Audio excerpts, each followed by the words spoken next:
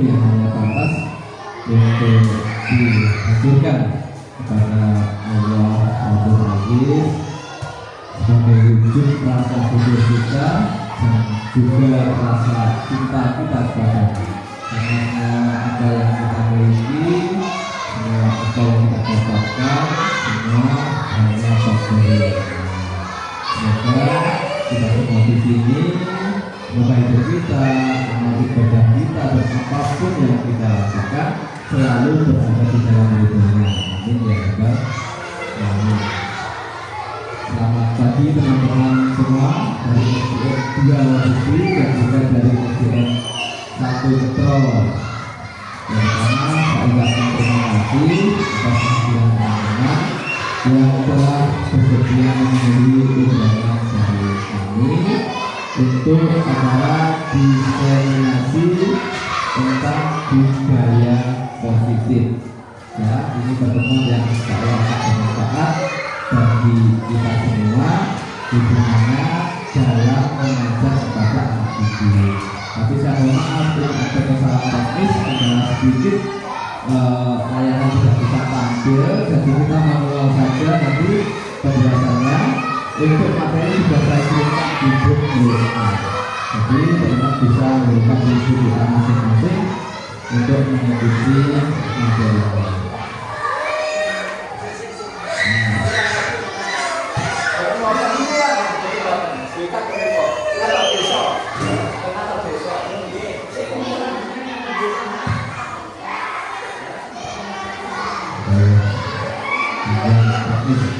Baik teman-teman, sebelum kita masuk biasakan kita sedikit dulu biar cair, biar kita tegang, biar gembira. Coba semuanya berdiri teman-teman.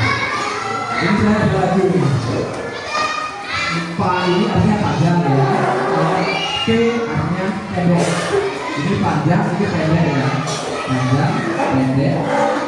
Pokoknya P itu pendek, Pa itu panjang. Lagunya Bapak tahu lagu kata Marisa. Mana di mana anak kambing saya? Tahu tidak? Anak kambing saya. Nah itu lagunya itu. Jadi ini panjang panjang panjang, pendek pendek pendek, panjang pendek panjang, pendek panjang pendek, panjang panjang dan pendek. Pendek pendek dan panjang, panjang dan pendek, pendek panjang dan pendek. Ya, udah ya. Udah ya. Nah, gerakannya begini. Kalau disebutkan panjang, maka tangan kita membentuk pendek. Kalau bentuk pendek, kita panjangkan. Balik. Ini proses konsentrasi. Untuk konsentrasi. Siap ya, kita mulai. 1, 2, 3. Panjang, panjang, panjang.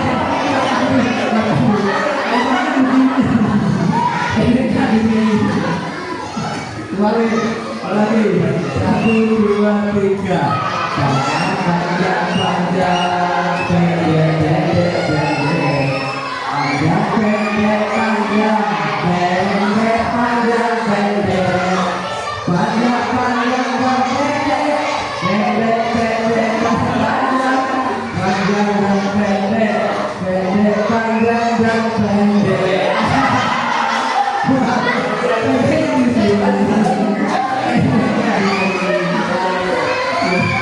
Apa susah ya? Ini masih konsentrasi kita. Baik, kita laksanakan dulu kembali.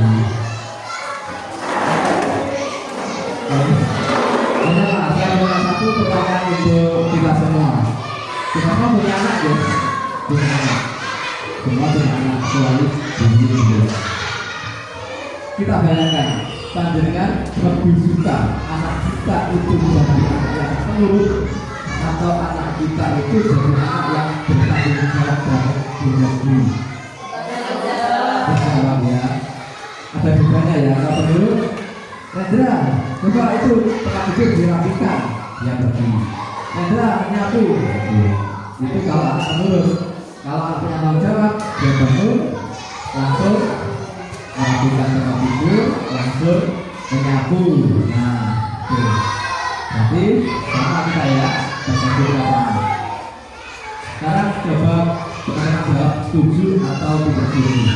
Ada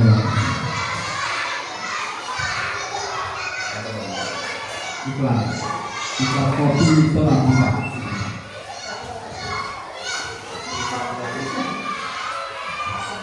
Apakah suara saya jelas atau terlalu begini? Audionya tidak jelas, saya berubah.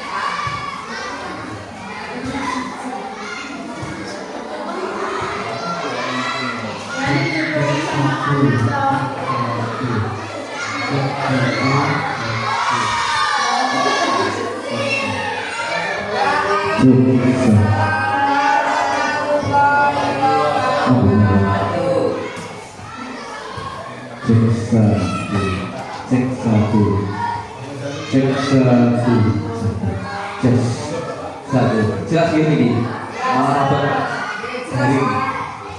silakan Mas Haji. Monggo kali diunjuk kopi pun. Pak Edi tidak ikut pandangan pendek karena terlambat. Oke, teman-teman, silakan dijawab setuju atau tidak. 1. Hukuman itu dapat mendisiplinkan anak. Setuju atau tidak? Hukuman dapat mendisiplinkan anak.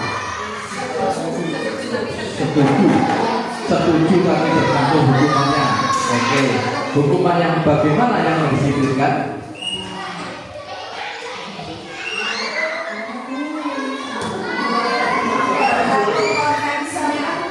Tergantung konteksnya atau tergantung kesalahannya, kan ya? Oke, nanti sendiri.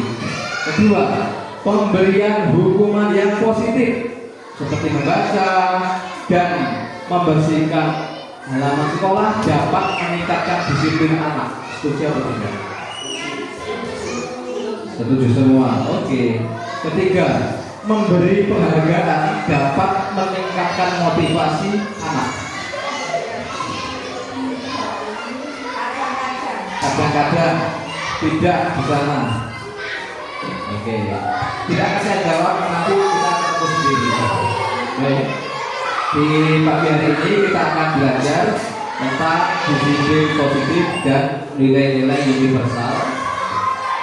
Yang pertama kita permainan dulu nih, permainan kepala tangan. Coba saya minta Bu Wiwit dan Mbak Anik, berdua. Silakan Bu Wiwit, Mbak Anik ke depan. Bu Wiwit pegang ini Bu Wiwit. Ini awalnya barang yang sangat berharga untuk hidup Anda. Bu Ani tugasnya meminta itu, terserah bagaimana caranya. Ayo, boleh berani, boleh disuap, boleh dipelototin, dimarahin, diganti, diapakan. Oke, marahin. Ini berharga kali ya.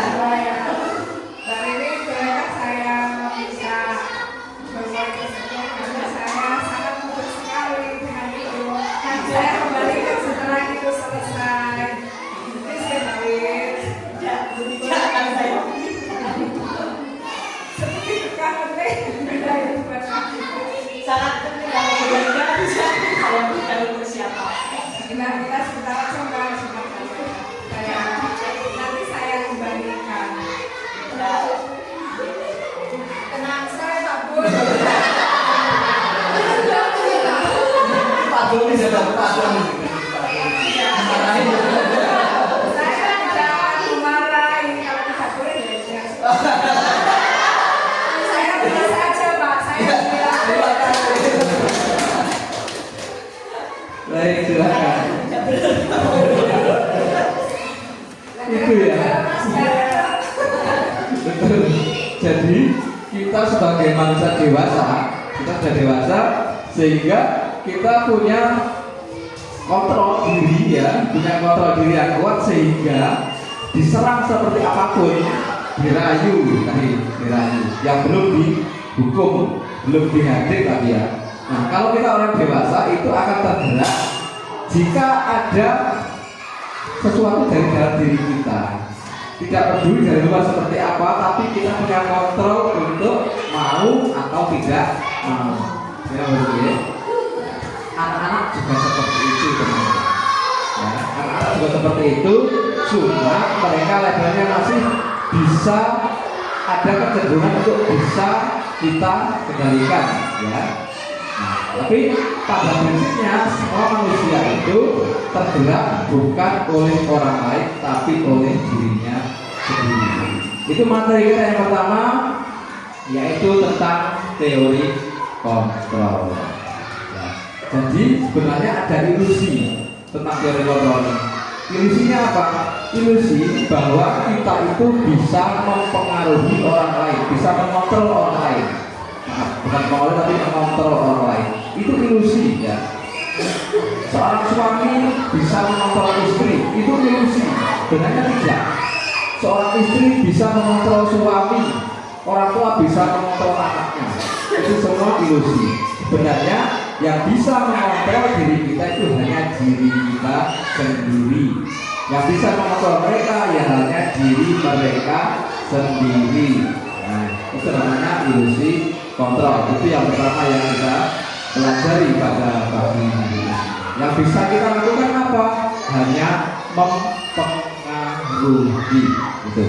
Nah, kemudian tarinya kemana? Tarinya adalah pada pagi hari ini kita semua diharapkan bisa menangani kesalahan anak, ketidakdisiplinan anak dengan yang namanya segitiga restitusi.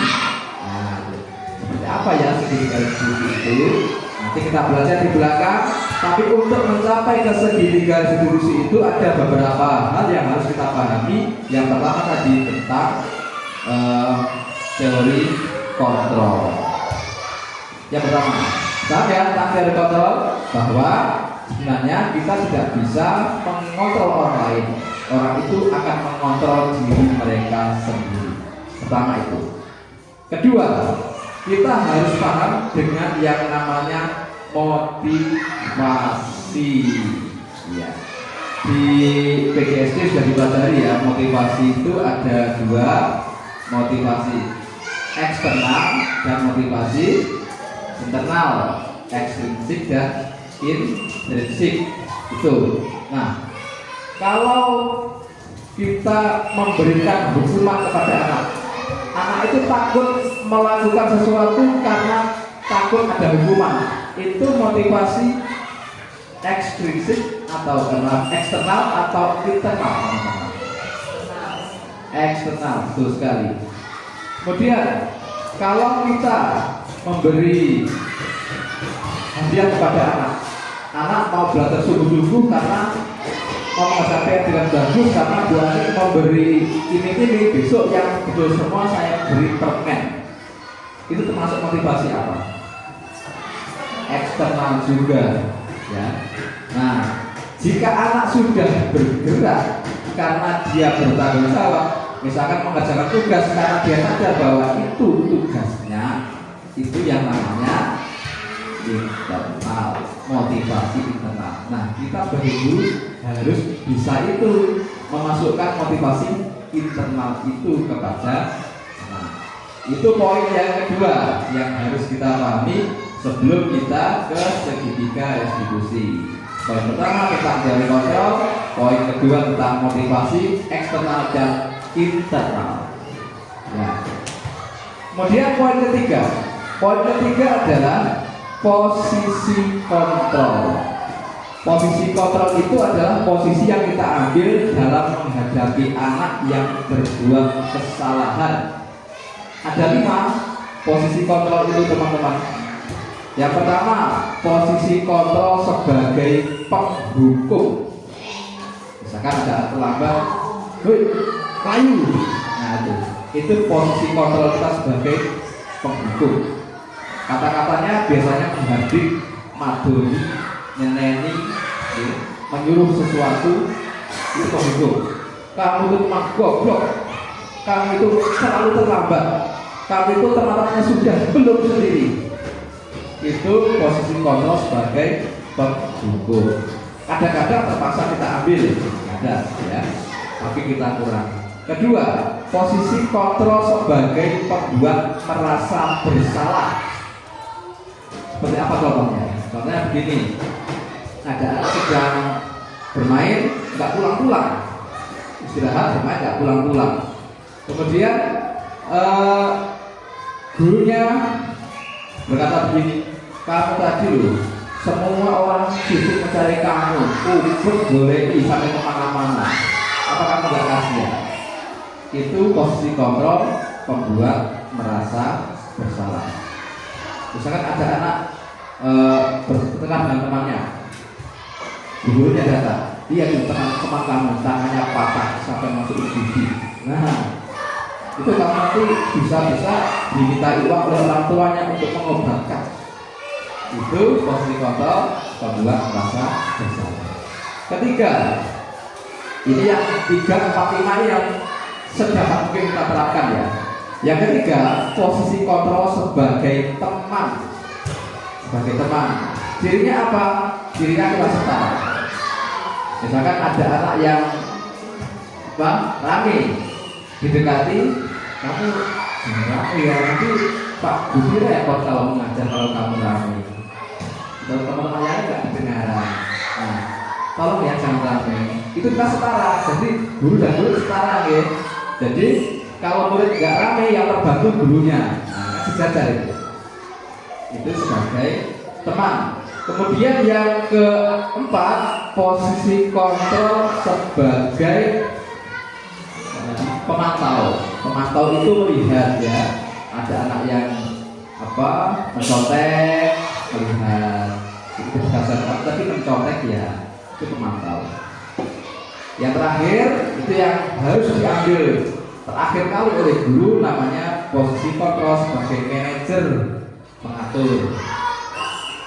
Jadi untuk misalnya anak rame, kamu harus gimana biar gak rame? Apa perlu dipindah ke sana biar tak duduk? Itu posisi kontrol terakhir, yaitu posisi kontrol sebagai manajer. Baik, ada 3 poin yang sudah kita lewati. 1 tentang teori kontrol, 2 motivasi, 3 posisi kontrol. Sampai sini ada yang perlu dipertanyakan? Tidak ada ya? Oke. Kemudian yang keempat, kita harus paham juga tentang kebutuhan dasar manusia. Nah, ini penting.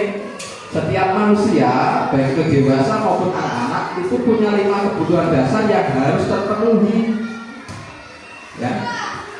Yang pertama, yang paling utama, kebutuhan fisiologis atau biologis, atau kebutuhan untuk bertahan hidup. Contohnya, anak lapar butuh makan, ya.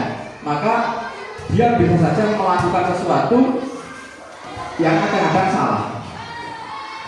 Itu harus kita gali. Misalkan lapar kemudian mencuri di kantin, atau makan di kantin nggak membayar. Contoh, itu kebutuhan untuk bertahan hidup. Kemudian ada anak yang diserang temannya, dia membalas. Ya, itu kebutuhan untuk bertahan hidup. Nomor 1. Kemudian yang kedua, kebutuhan akan kasih sayang dan rasa diterima. Penting sekali, betul. Dari kecil sampai dewasa, anak itu butuh, ya, butuh disayangi. Maka tadi kan ada anak yang kesini ya, nangis sedih ya. Si Rafif namanya. Rafif itu anak kecil yang dari kecil disambi. Bapak ibunya kencot dengan panah. Disambi, jadi namun ditok nih. Bapak ibunya gitu kencot nih. Naik Mas Agus gitu, naik mbak nanti. Nah itu di sini itu dia sangat sayang pada Bu Ika yang ditanya tadi, Bu Ika. Dia kan pernah dilus-lus di bulan gitu. Nah sekarang sering ke kantor dari Bu Ika. Bu Ika mengajar di sini, dia kelas 1 padahal dia ke sini mau ikut Bu Ika. Jadi di kursi dan Bu Ika ini, yang mendekati Bu Ika, ya orang belajar. Itu karena dia merasa diterima. Ini tadi kan kesini mau menunjukkan sesuatu ke Bu Ika tadi, yang tulisannya nopo kan. Karena Bu Ika masih di kantor desa, nangis memiliki walu.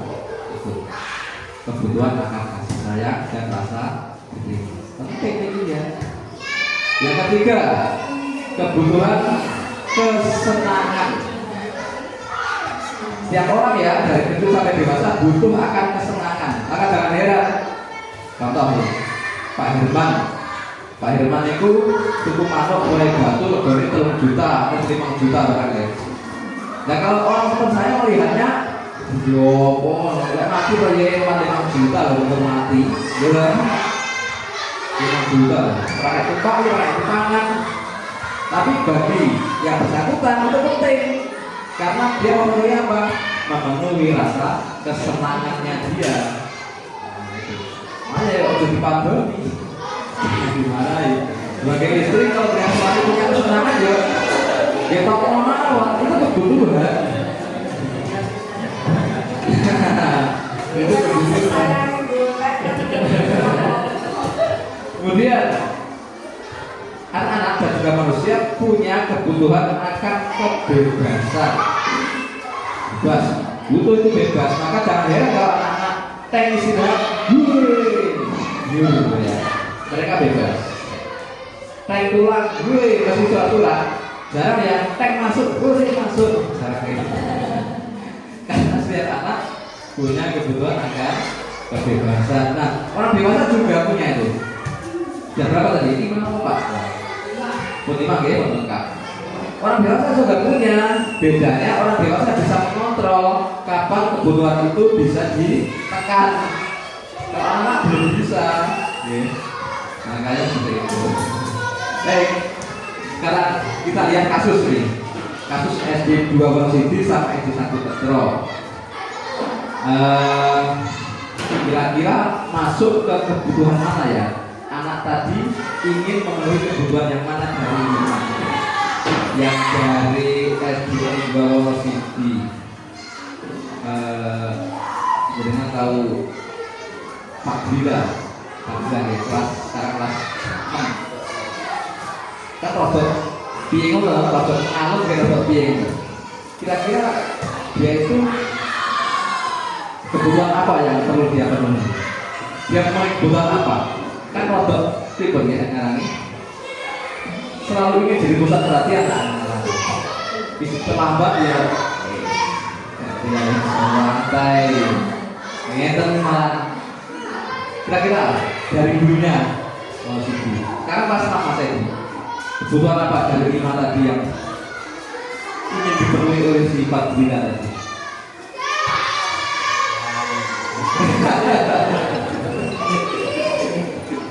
Apakah bertahan hidup? Apakah kesenangan? Apakah kebebasan? Rasa sayang dan diterima?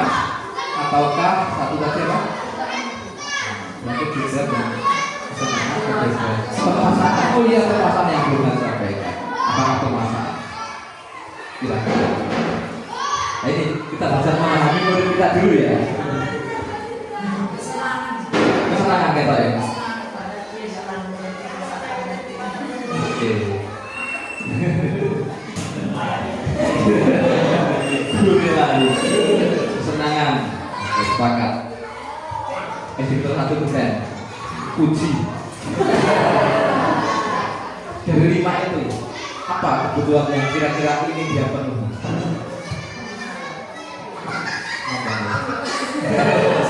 Uang kan saya dia butuh hanya uang kan puji. Seperti kayak terbaca dari puji. Duit mau. Duit.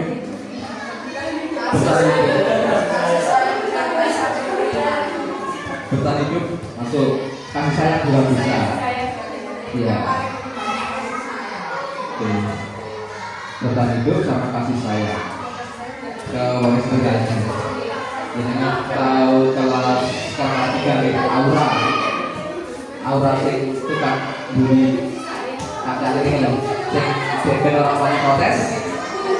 Dari 5 itu kebutuhan apa yang ingin dia penuhi dari sikapnya yang seperti itu? Penguasaan boleh ya, penguasaan dia ingin menguasai ya. Kalau ada anak yang ketok rodo ngajak kancane biok penguasaan Putri kelas 2. Nempel-nempel yang orang tuanya ngomong apa? Iya, yang sama neneknya itu kasih sayang. Iya, ya kadang-kadang seperti itu ya. Kalau kita paham, gampang kita penuhi, gampang. Balik ke terus satu. Sultan. Sultan. Bukan apa yang ingin dipenuhi Sultan? Kasih sayang, Pak. Kasih sayang. Kasih sayang ya.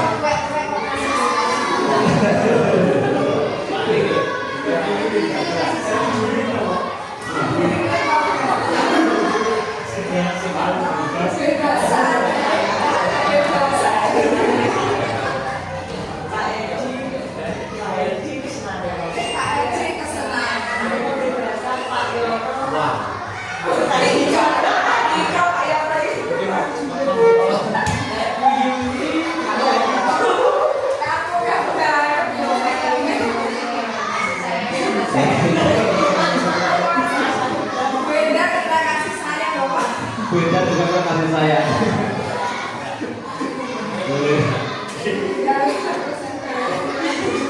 Baik, kita sudah dapat poin-poin untuk menuju ke segitiga restitusi.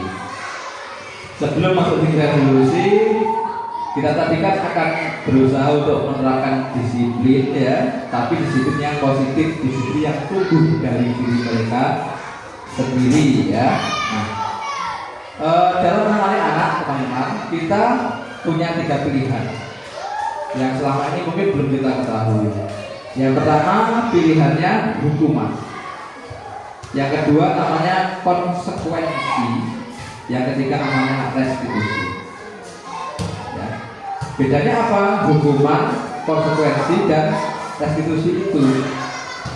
Kalau hukuman itu tindakan yang diambil untuk menangani kesalahan itu sifatnya spontan, kemudian menyakiti, baik itu secara fisik kadang-kadang atau secara verbal.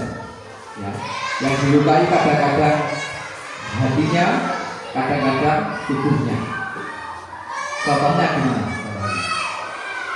Ada yang bersedia dengan contoh hukuman?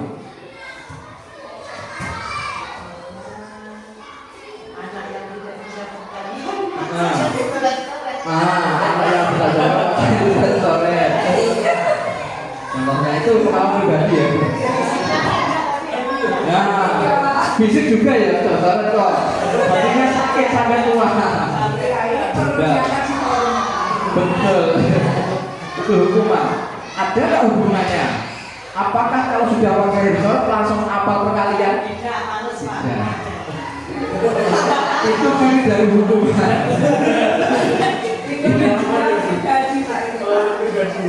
Pengalaman pribadi. Dan teman-teman, ada banyak kasus orang yang demensia. Demensia itu penurunan daya ingat, penurunan daya nalar bagi orang tua. Ya. Itu banyak sekali. Tapi hal yang paling mereka ingat itu apa? Hal-hal yang menyakitkan. Ya kan? Dia kadang-kadang lupa dengan apa? Jalan, lupa dengan rumahnya, lupa pakai sandal atau belum, lupa sudah makan atau belum. Tapi hal-hal yang menyakitkan mereka itu masih mereka ingat. Artinya apa? Hal yang menyakitkan itu membekas sampai tua. Iya, menyakitkan kadang-kadang di fisik, kadang-kadang di pikiran. Di sini daerah Kerambingan, daerah Besari, Montongan ini orang-orang tua itu banyak yang cerita sama saya. Seiling, nah aku bikin diantar penghapus yang ditati. Di sini juga ada namanya ditati tower. Nah itu kan banget. Ditati itu barang tak semati. Itu yang sepuh-sepuh sing para muridnya semua ingat. Sing pernah diangkat barisan, pernah disabet penggaris. Ingat itu. Nah, itu contoh hukuman. Gak ada hubungannya antara kesalahan dengan sanksi, gak ada, ya. Tidak ada. Dan itu menyakitkan dalam jangka waktu yang lama. Contoh hukuman. Kedua, konsekuensi, ya. Konsekuensi itu sama. Ada sanksi yang diberikan, ya. Tapi sifatnya tidak jangka waktu yang lama dan pasti ada hubungannya dengan kejadian itu. Contohnya ada anak yang misalkan tarik baju teman sampai sobek, anak tadi disuruh menjahit bajunya itu konsekuensi ya. Jadi ada perbaikannya tapi ada tindakannya tapi ada hubungannya dengan kejadian itu ya. Misalkan anak yang tidak mengerjakan PR ya, disuruh mengerjakan PR di luar, itu konsekuensi karena masih ada hubungannya dengan kegiatan itu. Yang ketiga, dua-dua aja lah, dua-dua aja kita pahami dulu ya. Coba saya punya kasus, ini ada kasusnya. Teman-teman sebutkan ini hukuman ataukah konsekuensi. Yang pertama, itu paling saya mencatat 1000 kali di bukunya, saya tidak akan terlambat lagi. Itu hukuman apa konsekuensi? Hukuman ya, hukuman itu. Karena habis mencatat dia kan besok apa yang tidak terlambat belum tentu. Ya, nggak ada hubungannya. Yang kedua, itu kan tidak ada ya. Lari mengelilingi lapangan 2 kali karena terlambat hadir. Hukuman juga. Itu menyakiti secara fisik ya, awak ya. Yang ketiga, mengganti murid diminta push up 15 kali karena tidak menggunakan masker. Hukuman juga ya. Hukuman juga, apa hubungannya masker dengan push up? Ada. Kemudian menggantikan kertas teman yang disobek. Nah, itu konsekuensi. Kemudian membersihkan tumpahan air di meja yang tersenggol. Konsekuensi itu sudah ada ya. Itu sudah ada. Nah itu. Saya membedakan antara hubungan, hukuman dan konsekuensi. Saya. Yang ketiga, restitusi. Restitusi itu cirinya ada perbaikan bagi anak di masa yang akan datang. Itu restitusi. Nah, pertama hukuman, konsekuensi, restitusi. Kalau kita sekarang mungkin masih sering menghukum, mari kita sedikit bergeser ke konsekuensi dulu. Nanti kalau sudah, kita belajar untuk ke restitusi. Saya beri perumpamaan begini. Saya punya kopi di atas meja. Anak saya lewat, nyenggol kopi tumpah. Anak saya cubit, nyet atau saya jewer. Itu adalah hukuman. Ya. Yang kedua, anak saya nyenggol, kan saya bilang ambil apa namanya wah itu dilapi, kemudian buatkan lagi kopi yang baru. Itu namanya konsekuensi. Kalau restitusi, anak numpahkan, saya panggil, itu dilapin, habis dilapin, buatkan kopi. Habis itu saya ajak besok supaya tidak nyenggol lagi, kan harus gimana? Saya nggak akan lari-lari di sini. Nah, itu namanya restitusi. Jadi ada perbaikan di masa yang akan datang. Pakai. Nah, sekarang kita bagaimana cara menerapkan restitusi itu? Ini. Jadi semoga setelah ini nanti di ketor 1 dan di polisi 2 kalau ada anak bersalah kita tidak menghukum lagi tapi menerapkan segitiga restitusi. Bagaimana caranya? Jadi teman-teman sudah pahami poin-poinnya, masuk ke caranya. Caranya yang pertama diidentifikasi dulu salahnya apa, ya, salahnya apa. Kemudian masuk ke 3 langkah. Yang pertama adalah menstabilkan identitas. Maksudnya apa? Menstabilkan identitas itu menyampaikan ke anak bahwa orang bersalah itu wajar. Yang kamu lakukan itu salah, tapi tidak apa-apa, bisa kita perbaiki. Nah itu namanya menstabilkan identitas. Contohnya begini, Pak Guru kemarin bertekar ya. Ya, Pak Budi merasa ya nggak apa-apa kalau Pak Guru merasa terancam, kemudian mau melawan, ya itu manusiawi. Nah, sehingga dia tidak terpuruk. Karena tidak terpuruk, banyak itu salah dia kan, betul ya. Namanya menstabilkan identitas yang pertama.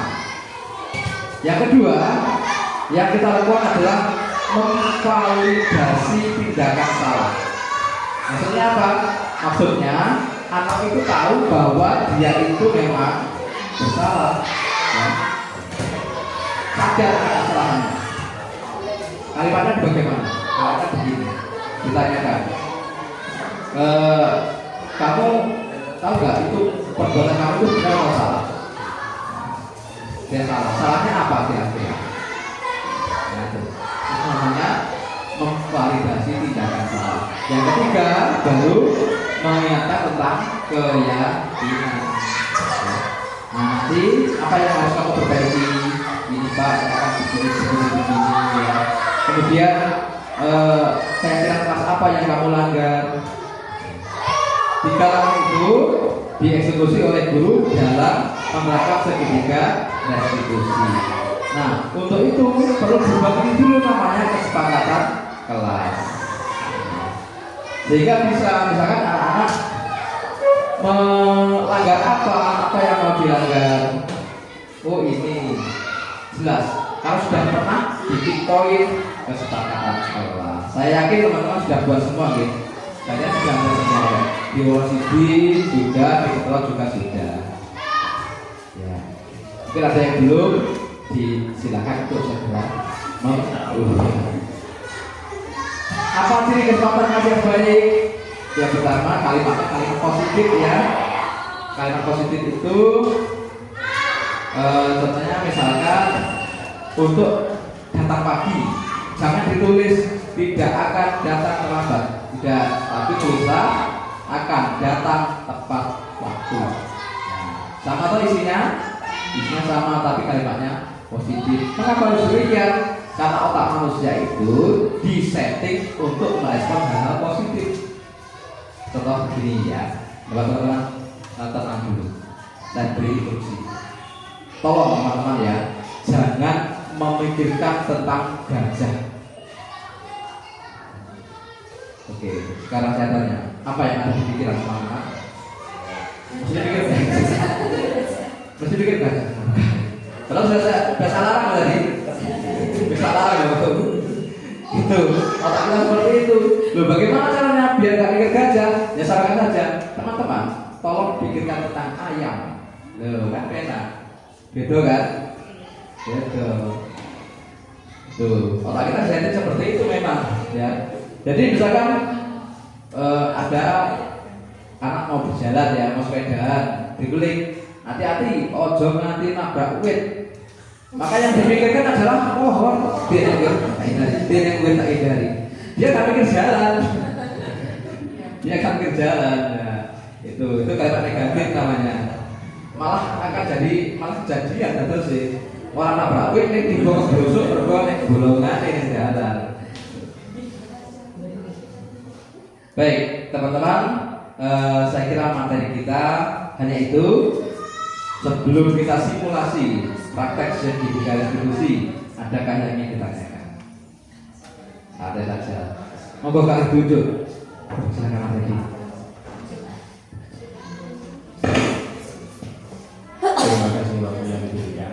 Ini sedikit untuk menggali informasi dari beberapa teori yang tadi. Ternyata juga ada teori yang lama yang masih kita butuhkan. Sebagai contoh, dalam segitiga apa tadi Pak? Ada konsekuensi, ada hubungan, kemudian ada juga restitusi. Ini saya mencoba bagian kecil dari beberapa anak yang dulu pernah saya walai kelasnya.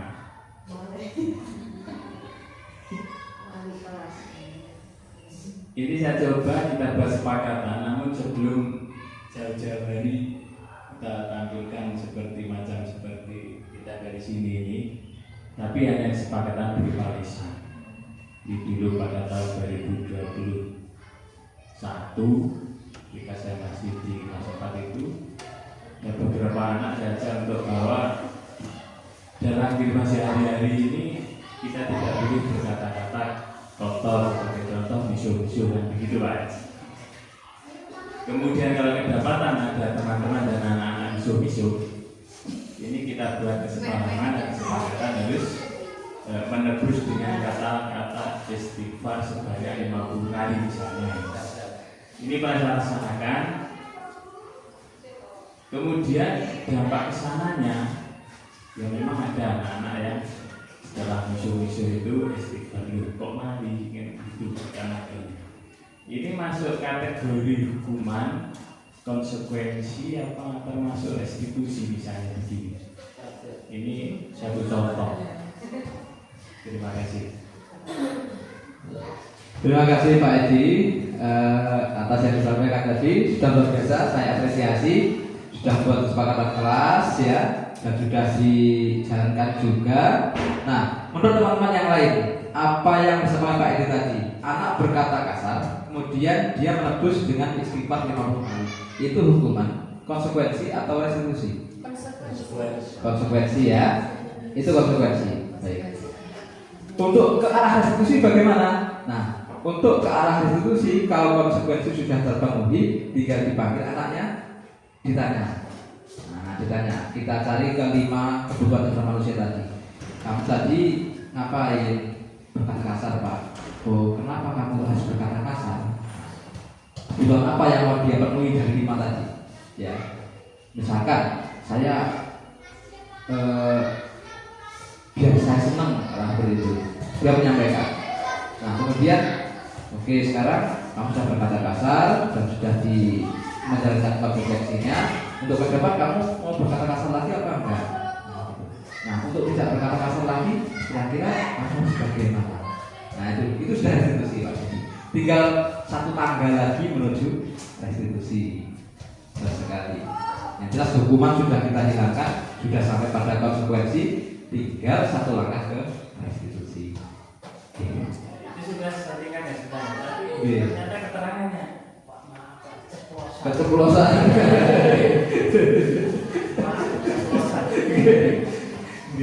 Keceplosan itu karena kebiasaan.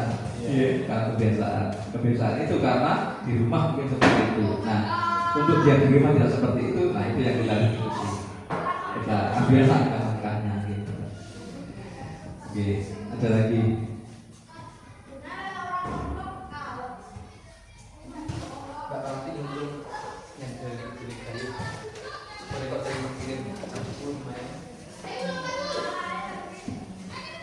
Tidak ada. Baik, kalau tidak ada kita praktek segitiga restitusi. Yang pertama dari saya dulu, nanti setelah itu teman-teman mencoba ya. Oke, kasusnya gini. Pada hari Senin kemarin, Bu Ratna tidak bisa mengajar pelajaran bahasa Indonesia di kelas 5 karena harus mengikuti rapat penting di kabupaten. Pak Herman memberikan tugas kepada siswa kelas 5 agar kelas tidak kosong. Namun, Raksi tidak mengerjakan tugas tersebut. Ia malah tiduran di meja dan akhirnya justru tidur beneran. Akhirnya, saat pengumpulan tugas, Raksi tidak mengumpulkan. Oke. Langkah tadi yang pertama, saya akan mengidentifikasi dulu ya. Baik, siapa yang jadi Raksi ini? Beratus sekalian aja ya. Raksi. Saya kemarin dapat laporan kalau kamu melakukan sesuatu di kelas. Apa yang kamu lakukan kemarin, Raksi? Ganti di meja. Itu saat jam pelajaran apa? Indonesia. Nah, itu langkah yang baru mengumpulkan identifikasi permasalahan. Baru masuk ke validasi. Apa yang pertama? Menstabilkan identitas. Raksi namanya orang itu memang butuh ya, butuh makan, butuh tidur, butuh beristirahat. Jadi kalau kamu ketiduran itu memang hal yang wajar ya. Itu Pak Budi juga kadang-kadang ketiduran juga di kantor. Terus supaya dia tidak merasa terpuruk ya, bikin orang itu salah-salah banget, padahal memang salah. Kemudian langkah kedua, validasi tindakan salah. Itu bukan dari saya tapi dari anaknya. Taksi, menurut kamu kalau kamu tidur di kelas itu tindakanku benar apa salah? Salah? Salah ya? Oke, itu namanya validasi dan salah. Bisa kita teruskan. Kira-kira keyakinan kelas apa yang kamu langgar?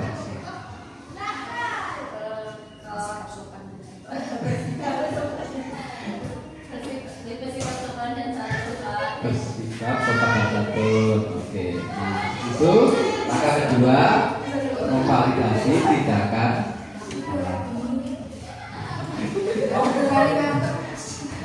Nah, jadi kita bisa menggalinya di tempat stabil itu tadi gali. Kenapa kamu kok mengantuk? Tadi malam kemana? Nah, itu penting. Itu penting untuk menentukan langkah terakhir ya. Misalnya kemana? Iya, seorang apa namanya? Yang ketiga, tentang keyakinan, mengingatkan tentang keyakinan. Baik Rasi, kamu kan ketiduran di kelas ya. Itu karena malamnya kamu bergadang, tidurnya kemalaman ya. Nah sekarang kira-kira kamu ke depan mau ketiduran lagi di kelas apa enggak? Tidak, Pak. Tidak. Kira-kira langkah apa yang akan kamu ambil biar kamu tidak ketiduran di kelas? Tidurnya lebih sore. Akan lebih sore ya. Kalau malam dibangunkan suaminya. Oh iya, terakhir ya. Punya suami. Salah. Baik. Nah, itu 3 langkah kontribusi yang saya ambil. Efeknya apa?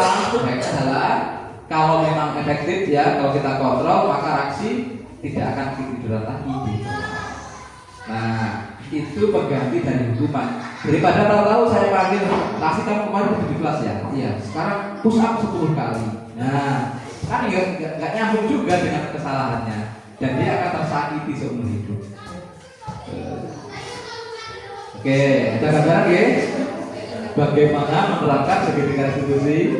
Nah, siapa yang mau mencoba seperti saya tadi? Tulis saja langkah-langkahnya ya.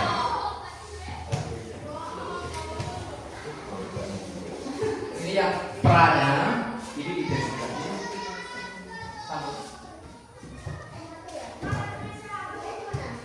Identifikasi pakai. Nah, baru masuk ke 1. Menstabilkan.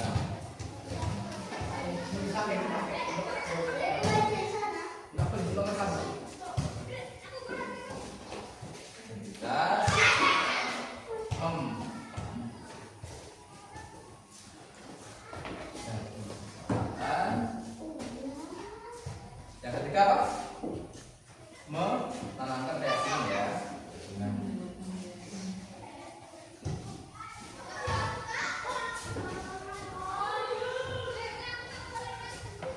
Oke. Yang punya kasus begini. Ada seorang anak yang saat pergantian jam habis dari olahraga ke matematika katakanlah, itu anaknya, teman-temannya kembali ke kelas, dia tidak, tapi dia makan di kantin, mojok kantin, kemudian makan di sana. Itu agak lama sehingga teman-temannya bingung mencari kemana-mana. Anaknya katakanlah namanya Subri mawar. Anaknya Mas Subri guys. Siapa teman-teman yang berkenan untuk menjadi gurunya? Ayo. Untuk menerapkan ini segitiga restitusi ini. Identifikasi dulu kesalahannya, stabilkan identitasnya, misalnya divalidasi, kemudian ditanamkan keyakinan. Siapa yang mau coba? Dari tempat duduk saja. Silakan, Pak Edi, Pak Yono. Mau coba? Jadi latihan biar nanti kalau teman yang salah kita tidak peras lagi. Tidak peras. Salah, turap, salah, cewer, salah, layor, salah. Enggak. Itu muridnya Mas Sutri. Muridnya Mas Sutri. Tapi makan di kantin. Malah makan di kantin. Mbak Jumi mau coba? Malu ya? Kalian biar kenal. Kalian Mas Sutri. Iya. Ayo Mbak Jumi.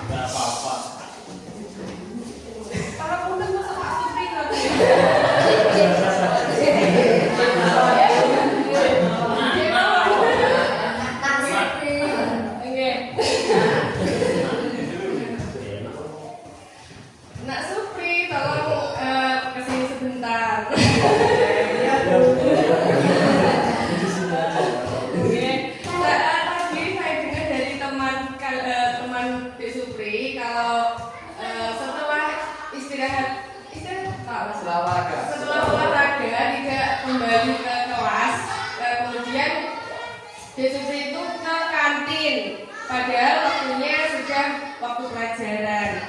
Nah itu kenapa kok tidak ke kelas setelah tahu masuk waktunya pelajaran?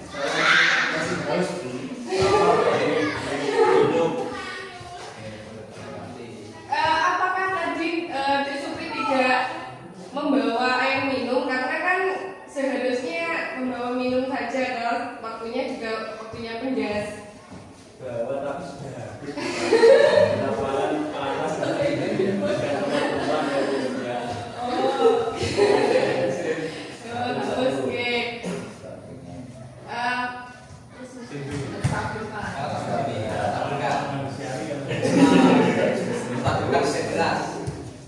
kita sampaikan bahwa ya itu manusiawi, salah. Oh iya. Supri tahu ya kalau itu adalah sebuah kesalahan yang harus diperbaiki dan itu tidak boleh diulangi lagi. Iya.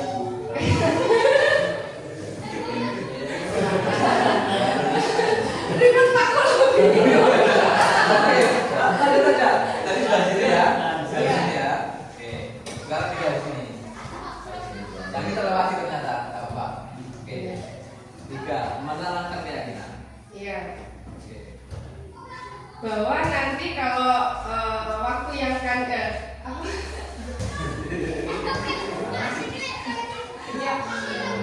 Untuk selanjutnya perbuatan seperti itu tidak boleh diulangi lagi ya. Setelah waktunya olahraga seharusnya langsung masuk ke kelas, tidak boleh ke kantin. Nah, Mas Lanjut.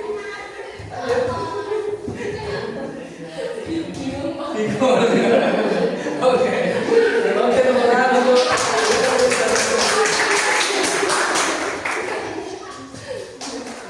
Baik. Alhamdulillah sudah terjalin. Ada yang satu terlewati, yaitu menstabilkan identitas. Ya memang kalau kita haus, ya memang kita minum gitu ya.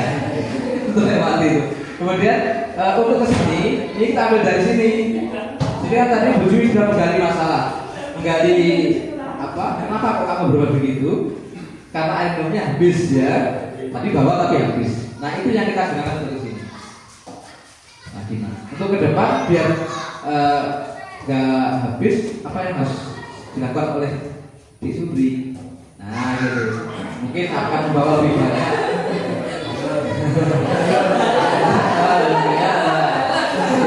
Dari sini. Nah, tapi usahakan yang mengeluarkan itu bukan kita.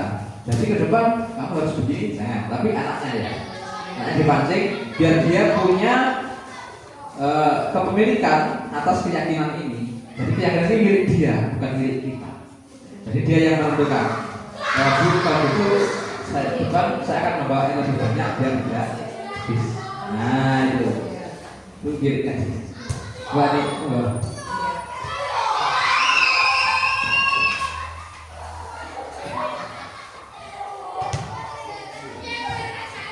Assalamualaikum warahmatullahi wabarakatuh. Hari ini saya akan berbagi sedikit cerita yang ada di kelas saya, kelas 5.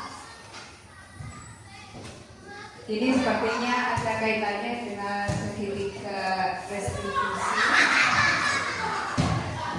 Kebetulan di kelas saya ini unik, dari jumlah muridnya saya juga unik, ada 4 siswa, 40 siswa, ayo 400 ada 400 siswa, 2 laki-laki dan 2 perempuan. Minggu pertama masuk ke sekolah pada tahun ajaran ini, saya melakukan identifikasi untuk menggali lebih dalam supaya saya itu pengen lebih kenal dengan anak-anak saya yang baru itu. Saya mengamati 1 minggu pertama. Setiap pembelajaran memasuki antara jam kedua dan jam ketiga, dari 4 anak itu 3 anak tersebut selalu ngantuk. Selalu ngantuk. Namanya Minung, Iqbal, dan Dinda. 3 anak mengantuk. Nah, ketika saya di depan kelas, ketika saya menyampaikan materi, ya agak sedikit terganggu. Terus kemudian saya tanya, saya menggali informasi dari anak-anak tersebut. Ketika anak itu, kenapa kok kamu ngantuk? Ya, saya tanya satu persatu.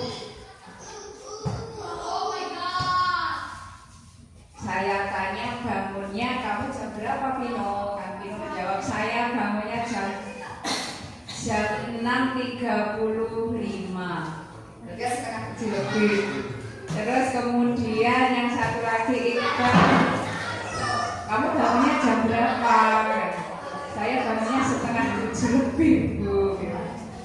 Terus kemudian yang satunya lagi, yang anak perempuan itu bangunnya, saya tanya juga jam 6 lebih.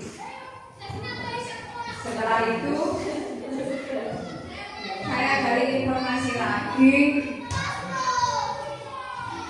kamu tidurnya jam berapa? Terus kegiatanmu apa? Dari ketiga anak tersebut, yang satu itu tidurnya jam 11. Tidurnya jam 11.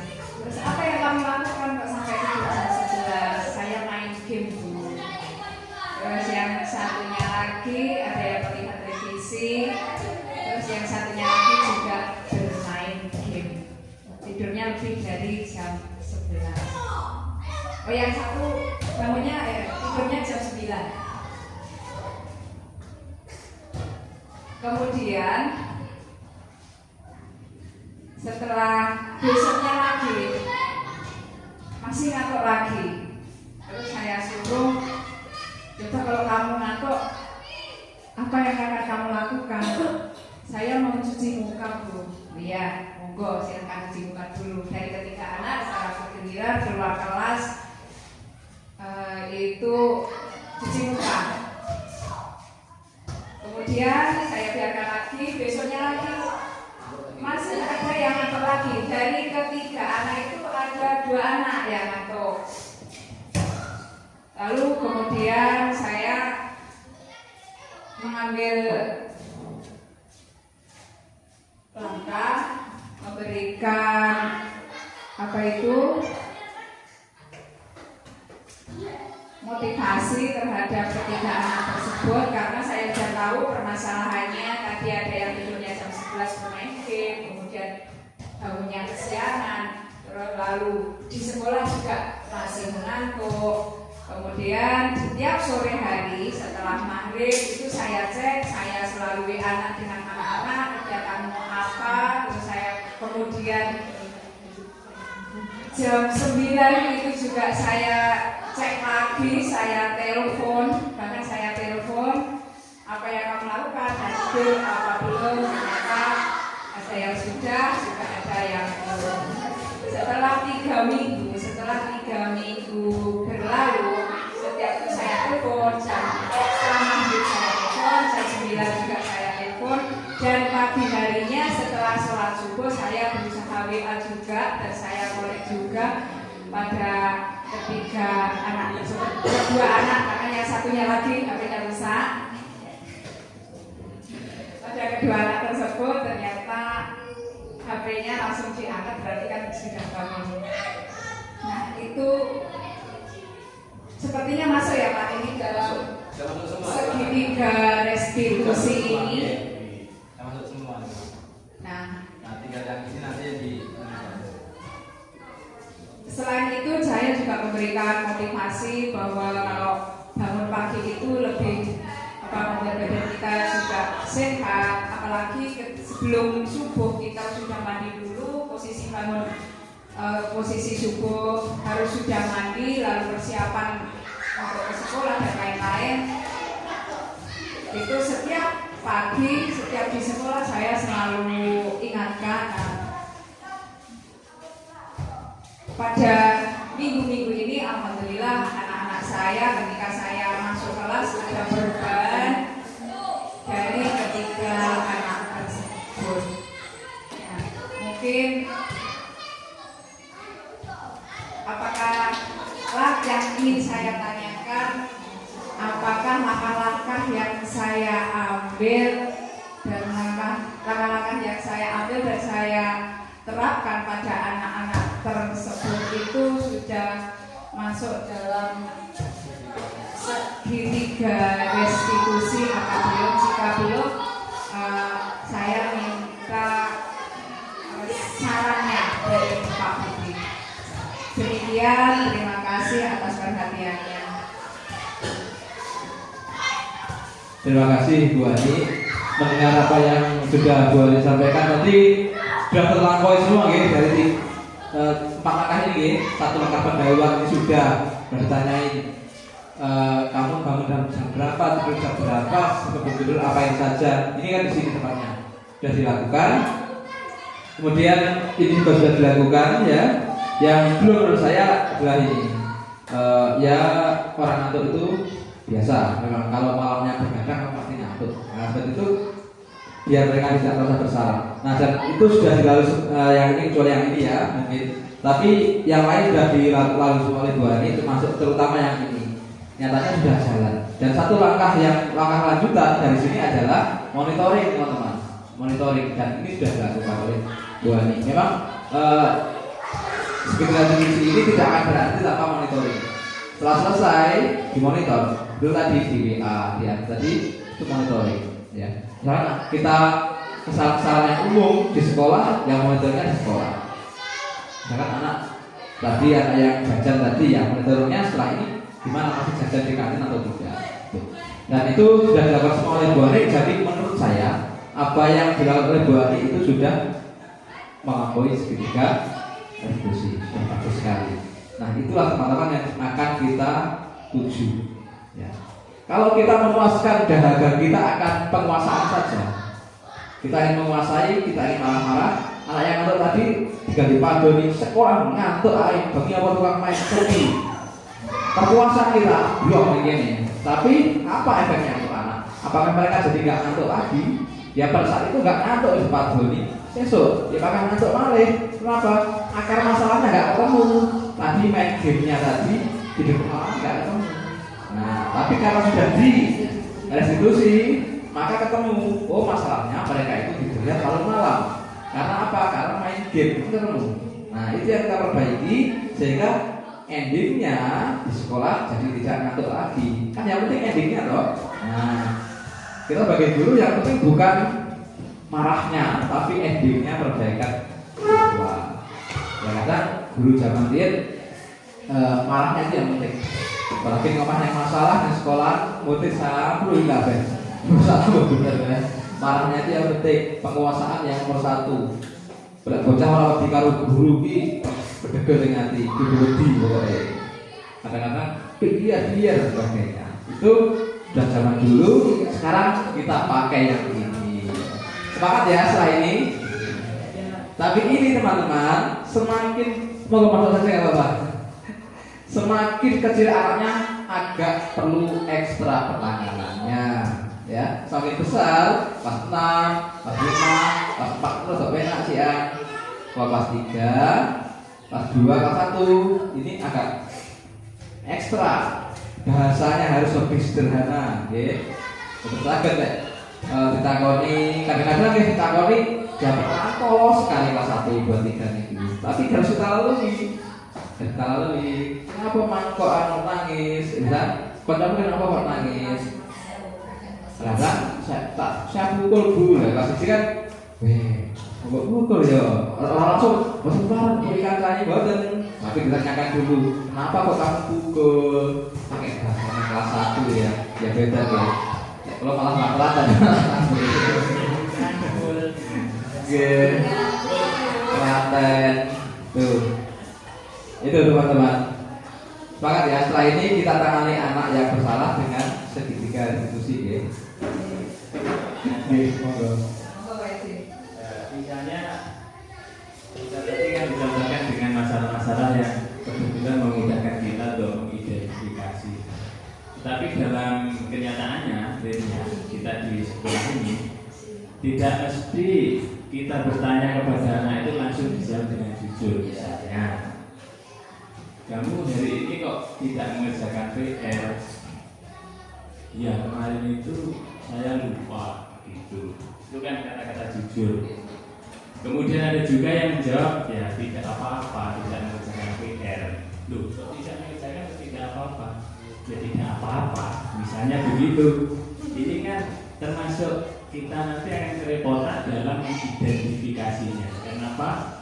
Sumbernya tidak jelas, jadi mengambil menstatuskan juga repot, memvalidasi dan menanamkan keyakinannya juga repot. Kalau terjadi masalah seperti ini, misalnya yang saya contohkan tadi, ini kira-kira solusinya bagaimana?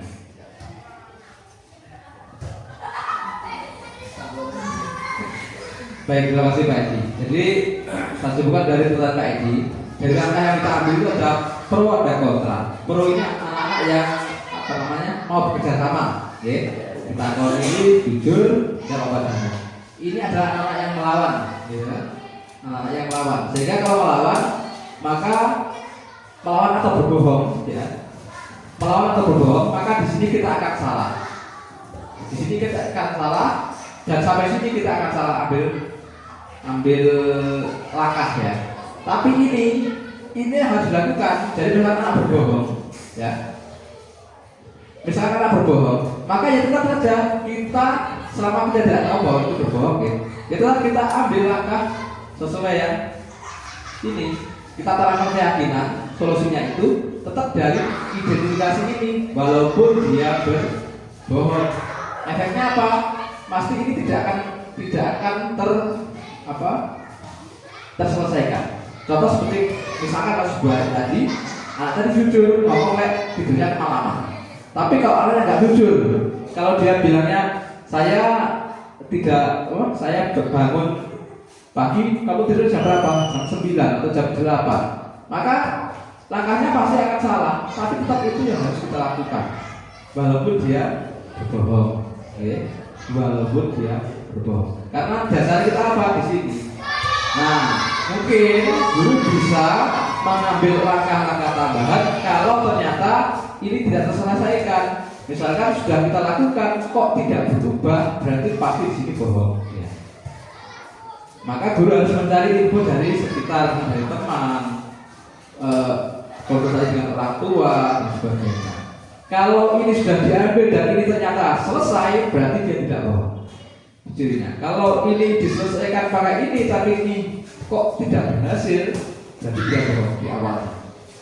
Maka tuh kayak di sini tetap harus kita ambil sesuai langkah-langkah itu. Apa yang disampaikan itu yang kita laksanakan. Kita tidak bisa menghakimi di awal. Nah, kesalahan guru kita kan menghakimi ya, kita selamanya menghakimi. Jadi kalau anak sih biasain nakal, itu mesti nakal. Sehingga itu membuat kita tidak fair. Aura kita karo kontrol nih. Mbak gini mawon pasti langsung bilang, Buddha mesti dipikirin, ini mesti aura sih salah. Padahal apakah pasti aura salah? Kadang-kadang begini, saya golah, pada beberapa orang nangis. Tapi kan di sini sudah ada gambaran ini aura sih salah. Karena biasanya sih salah aura. Oke. Iya manusia gitu sebenarnya. Saya bisa nyontok diri lah awal itu. Oh enggak, kamu sambil bisa. Masalahnya kayaknya kan kayak diomongin atau iya. Itu ya sudah mempengaruhi sugesti pikiran kita. Nah, pakai ini insya Allah itu akan dikurangi. Ya, kita tidak lagi berasumsi dulu. Jadi kita dikasih ketenangan, kita ambil langkah-langkah. Ya, dibersihkan dulu pikirannya dari prasangka-prasangka. Nah, jadi walaupun dia bohong, yang kita lakukan sesuai kebohongannya itu, efeknya apa? Tidak akan terselesaikan. Nah itu baru kita berpikir, oh berarti dia bohong. Kita cari info yang lain dari temannya, dari orang tuanya. Saya kira itu. Ada lagi, teman-teman? Enggak video.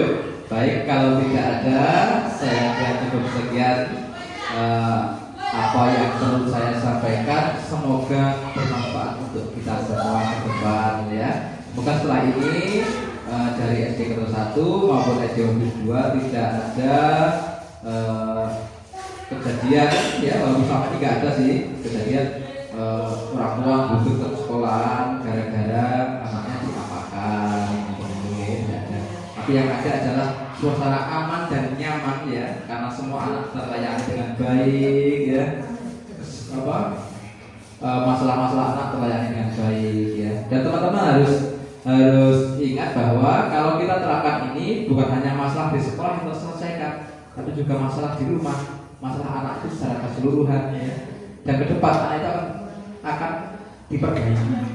Contoh seperti kasusnya Bu Ani tadi, berawal dari kasus di sekolah, tapi yang diperbaiki apa? Perilaku anak di rumah, ya kan? Nah, ini pasti orang tua bersyukur sekali. Sehingga kedepannya tidak ada lagi yang seperti itu. Baik, teman-teman, sekian dari saya. Banyak kekurangan, saya mohon maaf yang sebesar-besarnya. Terima kasih atas segala perhatian. Saya akhiri, wassalamualaikum warahmatullahi wabarakatuh.